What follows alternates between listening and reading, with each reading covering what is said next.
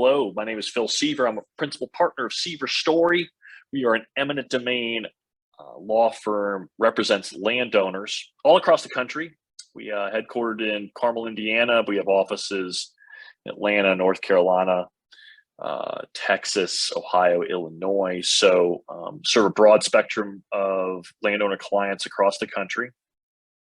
And I'm here today with our intern, Ben Wallace, and we're going to shoot some videos with Ben.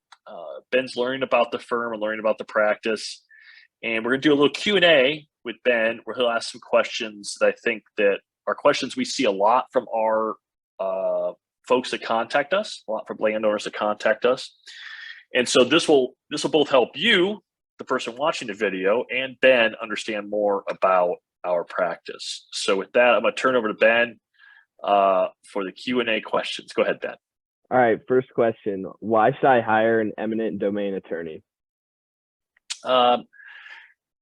So just like anything else, attorneys are specialized. We have a variety of different attorneys that do a variety of different things. And so for instance, we have attorneys that do personal injury. We have attorneys that do medical malpractice. We have attorneys that do transactional work or commercial work. We have attorneys that do contracts, attorneys that do divorce. And we have attorneys that do eminent domain.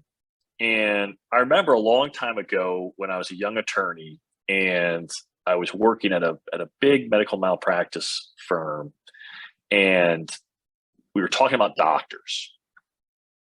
And the attorney I was talking to said, "Phil, you know how you choose your doctor?" I said, "I go, tell me how you choose your doctor."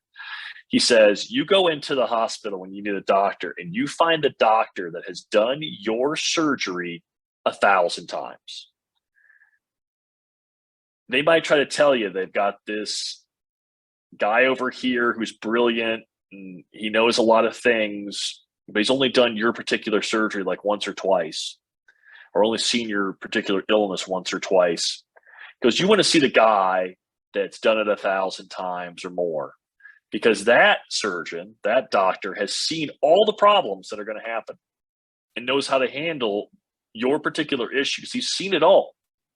I think that's the same way to think about attorneys. You think about attorneys, you want to hire somebody that's seen it all. You know, our firm, we represented over 1,000, gosh, it's might even close to 2,000 landowners at this point.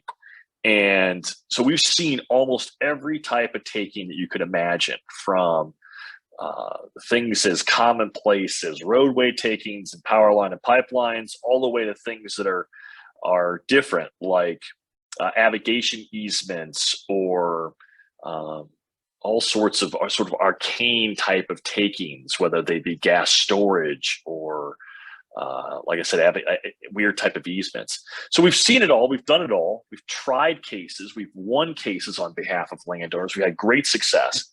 So when you're thinking about hiring an attorney, I think experience matters. And that's a really long answer to, I think, what is a really short question.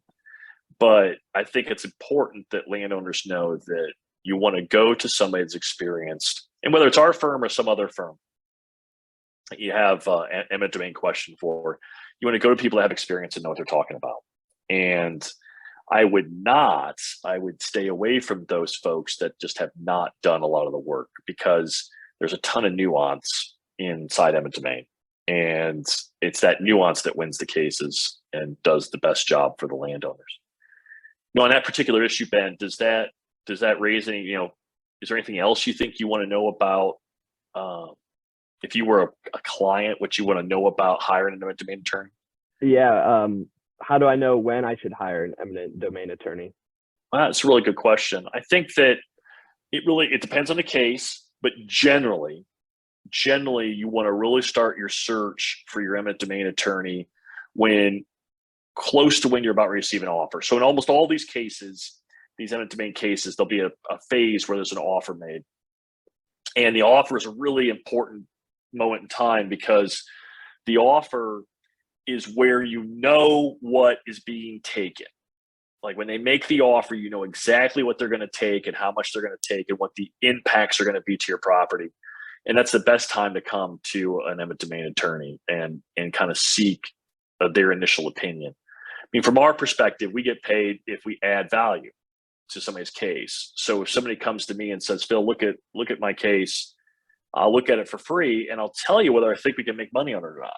Because I don't want to take cases where there's no upside for the landowner because I won't get paid. And it sounds kind of mercenary, but that is what it is.